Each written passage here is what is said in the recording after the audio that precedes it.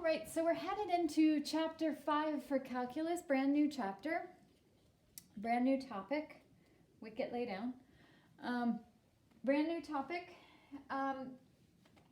This chapter is really mainly on something called the chain rule. So the chain rule is going to be talking, how do we do the derivative of something if you've got like 3x squared minus 6x plus 9 all to the 8th. How would I go about doing the derivative of that? So before they do that, they review some concepts, and this really should be a review. So we're going to go quite quickly through this section because you did it in grade 11, way back there. All right, so section 5.1 is all about composite functions, and composite functions is where you put one function inside another function. So for example, in example number 1 at the bottom of page 269, if you have f at x is equal to x plus 2 and g at x is equal to x squared, what they want you to find is they want you to find f of g at 3. They want you to find g of f at negative 8. And I could also write that as g of f at negative 8. What they're trying to do is show you the different ways that it could be written. And they want you to do f of f at 4, and they want you to do, I'll put it over here because I ran out of space. Logically I should have started over here, but I didn't. G of f at 3x plus 4. So again, this is putting one equation into another one. So if they want you to do f of g, what they mean is they want you to take your f equation, which is a variable, plus 2. But what they want you to put in for that variable is this equation, the g equation. So x squared plus 2. Now that would be f of g. Now they want you to figure that out if 3 is the value of your x. So that would be 3 squared plus 2. So that would be 9 plus 2, which would be 11. So same thing over here, g of f at negative 8. It means they want me to take the g equation, which is a variable squared, but what they want me to put into for that variable is the f equation, which is x plus 2. So really that's it, but now they say, listen, the value of your x is going to be negative 8. So negative 8 plus 2 squared. So negative 8 plus 2 is negative 6. Negative 6 squared is positive 36. Don't tell me it's negative 36, okay? Just don't do that. F of f at 4. The f of f thing throws people sometimes. So they want me to take my f function, which is a variable plus 2, and what they want me to put in place of the x is they want me to put the f equation, which is x plus 2 again. So it's x plus 2 plus 2. So again, my value is going to be 4. So 4 plus 2 plus 2 should be 8. So over here, g of f at 3x plus 4 means I'm going to take my g equation, which is something squared. But that variable is the f equation, so it's x plus 2 squared. But then what I'm putting in place of my x is I'm putting 3x plus 4. So 3x plus 4 instead of my x plus 2 squared. So this is really 3x plus 6 squared.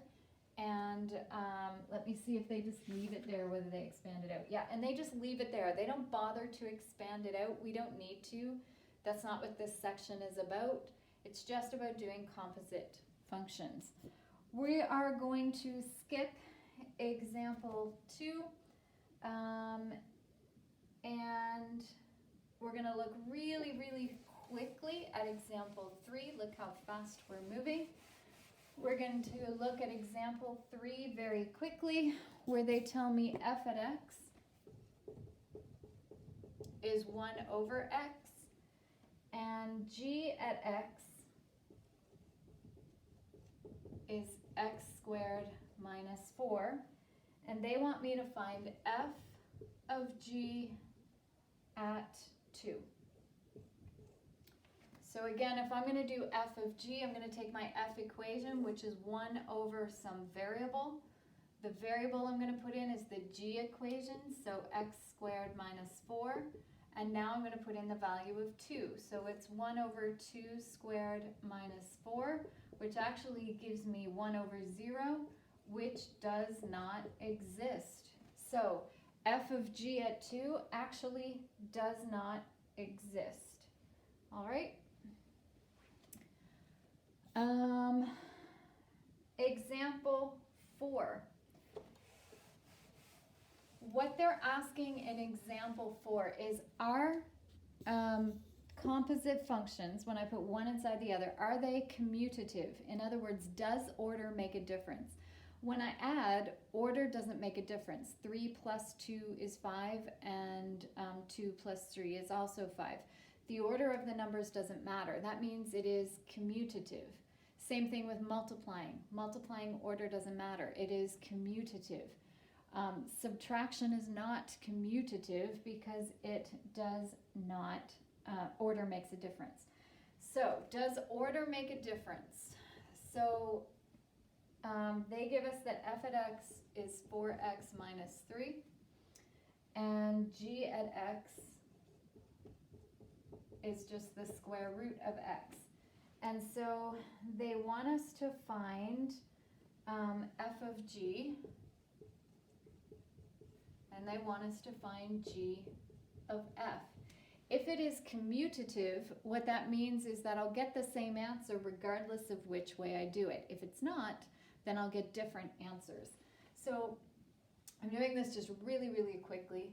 So f of g means take my f equation, and where the x was, insert the g equation.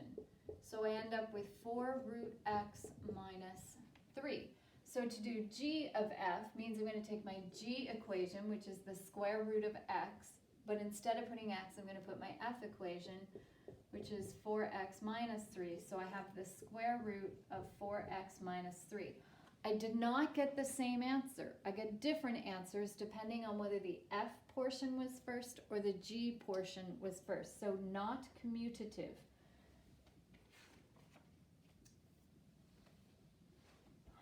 All right.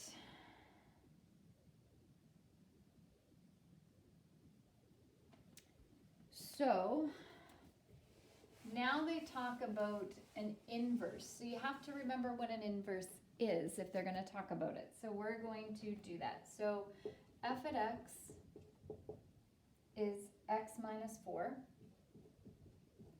and g at x is 3x plus 1. And in example 5, they ask us for a bunch of different things. So they ask us for f to the negative 1 of x. That means the inverse. Whenever you have a little exponent negative 1, that means they want the inverse. Then they want us to find f of the inverse of f at x. And then they want us to reverse it. They want us to find the inverse of f at x. So let's do, that's actually just part A and B. So we're going to do that first, and then we're going to do the same thing with the g portions. They actually have a point to this. They have a point. There's a reason why they're getting you to do this. So if we want to find the inverse, f at x is x minus 4. So think of that as y is equal to x minus 4. The inverse means flip your x and your y. X is equal to y minus 4, and then isolate your y. So x plus 4 is equal to y. So the inverse of f is x plus 4. So if this is the inverse of this? If we take f, which is something minus 4, and we insert the inverse, which is x plus 4, we end up with x. If we reverse this, if we take the inverse, which is something plus 4, but what we put in place of the variable is the f equation, which is x minus 4, we still get x. When you have an equation and its inverse, if you do the composite, no matter which way you do the composite, you will always get an answer of x. That's actually their point to this. So again, I can do that with the g as well. If I figure out the inverse of g, and then I do g of the inverse of g, and I do the inverse of g of g, it's a lot of g's. First I want to find the inverse. So if y is equal to 3x plus 1, I flip the x and the y's. X is equal to 3y plus 1. And so I'm going to isolate that. So x minus 1 is 3y. So y is x minus 1 over 3, which is the inverse of g. So here's my inverse, here's my original. So g of the inverse of g means take my g equation, 3 times something plus 1. But instead of putting x, I'm going to put the inverse. So x minus 1 over 3. Now watch what happens. My 3's cancel, and I have x minus 1 plus 1, which means I have x. Here, I take the inverse, which is something minus 1 over 3. But in place of that x, I'm going to put the g equation, so I'm going to put 3x plus 1. So on the top, I have 1 minus 1, so I end up with 3x over 3. My 3's will cancel, and I have x. So again, anytime you have an equation and its inverse, even if you don't know that it's the inverse, when you do the composite of it, you will always get an answer of x. That's their point in all that. All right, example number 6. Example number 6 is them trying to get you to see how things got put together in the first place. So they give you a big capital letter F at x is equal to the cube root of x plus 5. And what they want to know, they're saying that that is the composite. When I put two things together, when I did f of g, little f of g, what I got was this.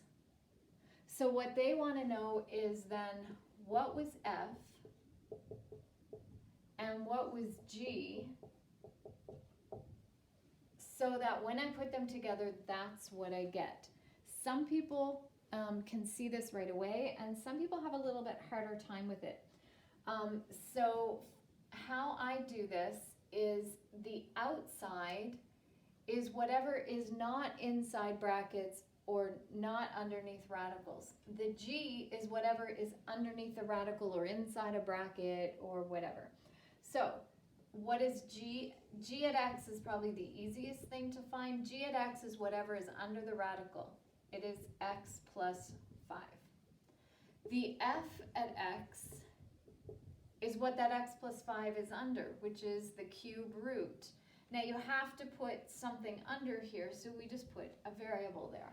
So f at x is the cube root of x, and g at x is x plus 5. Now you can check and see if you're right, because if I'm right, if I do f of g, I'll end up with this.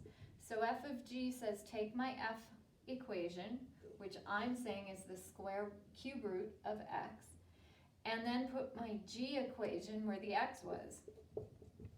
So when I do f of g, I get what I started with, so I must be right. So if I go back to something like 6x squared minus 3x plus 9 to the 8th, I could say that that is a composite function. That's actually made up of two things. My g at x would be whatever is inside the bracket. So my g at x would be 6x squared minus 3x plus 9. My f at x would be whatever is on the bracket, which is something to the 8th. And we just put an x to represent that something. All right, so that if I did f of g, I would actually get this. All right, that's the end of this lesson. I'm going to post some homework in with this video that you can do. Hopefully it won't be too hard. Again, you've already done this stuff before, but it's been a while, so it might take you a little bit to get back into it. All right, talk to you later.